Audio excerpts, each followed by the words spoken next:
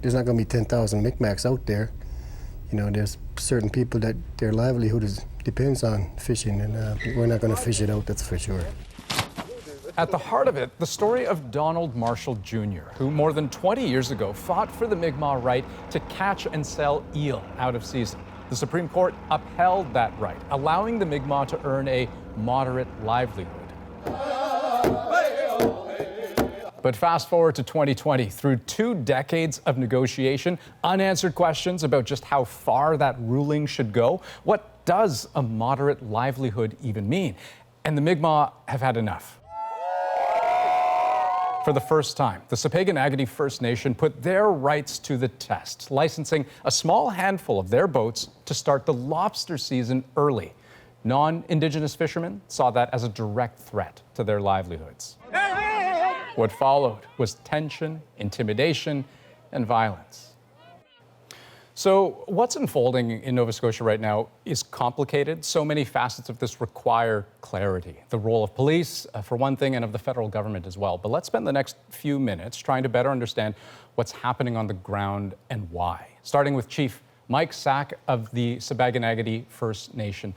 Chief Sack, thank you for taking the time to join us. I want to ask you about why the change this year in terms of deciding to fish outside of the designated season. Yeah, no, thank you for having me. For us, it's a matter of timing. It took our community a while to go through the process, taking our management plan to the community and have their approval. We have a good team put together that took a while to do. It wasn't about what year it was. It's just a matter of making sure we had it right and rolling it out. It's been a long time coming. I wish it was 20 years ago, but here we are, and we're going to make a go of it. And why was it not possible to earn this, so-called moderate livelihood within the normal lobster fishing season? It comes down to economics, I would say. Our people only have these little 20-foot boats, and the commercial ones are these $1 million 45 to 50-foot vessels that our guys cannot compete with. So we had to adjust our seasons to fit that.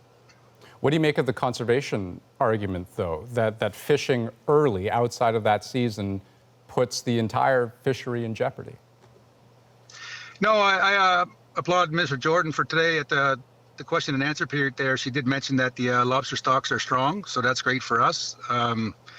Also, the matter of conservation is the number one priority for us. And all around Nova Scotia, there's seasons that are open throughout the year. You look at Maine, south of us, they don't have a lobster season. It's open all year round, so that's not going to affect the molten or the seeding or anything like that. Okay, so we've seen what happened. We've seen the backlash from non-Indigenous commercial fishermen. So how to de-escalate from this point? And I ask that in the short term, but also how to find a long-term solution here. Yeah, so my personal opinion is that the law enforcement side would really help with the short term, escalating the crimes and stuff. If those are cracked down, charges are laid, that would help calm the waters. In the long term, we're moving quickly with DFO, Minister Jordan. Once the commercial industry understands what we're actually rolling out as our own fishery, I'm sure they'll feel different about it. We don't have this big elaborate fishery. It's very self-sustained but very modest fishery. Is there any long-term solution besides everyone else stay back, let us do what we want to do?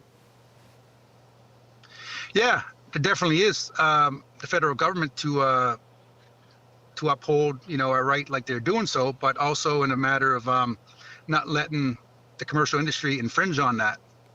Okay, we're going to leave it there. Chief Sack, I appreciate you taking the time to join us. Thank you. Thank you very much.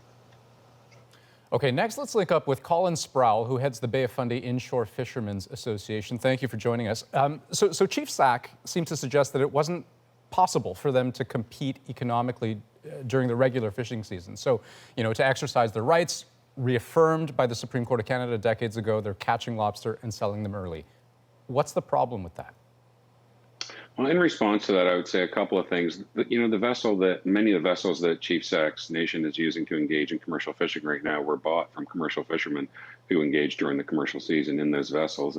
The second point I would say is what's largely been lost in the wash is that Sipekne'katik possesses 15 commercial licenses to fish during the commercial season, as well as appropriate boats to go with them. And I think that this fishing activity in St. Mary's Bay is really not sustainable. And it's obviously a double-edged sword for Atlantic First Nations, given that they're the largest single access holder to participate during the commercial season. But don't the Mi'kmaq make up such a tiny fraction of the entire industry? Well, during the commercial season, after the current round of implementation, estimates are that Atlantic First Nations will possess more than 10% of the access to lobster fish in Atlantic Canada, with 2.5% of the population in Nova Scotia. Let's be clear, it's not appropriate for anyone to fish in a closed lobster breeding ground during the molting season. Let me ask you this. Is it really up to individual fishermen to take the law, and not just the law, but its enforcement, into their own hands? And I'm thinking about instances of cutting traps, for example.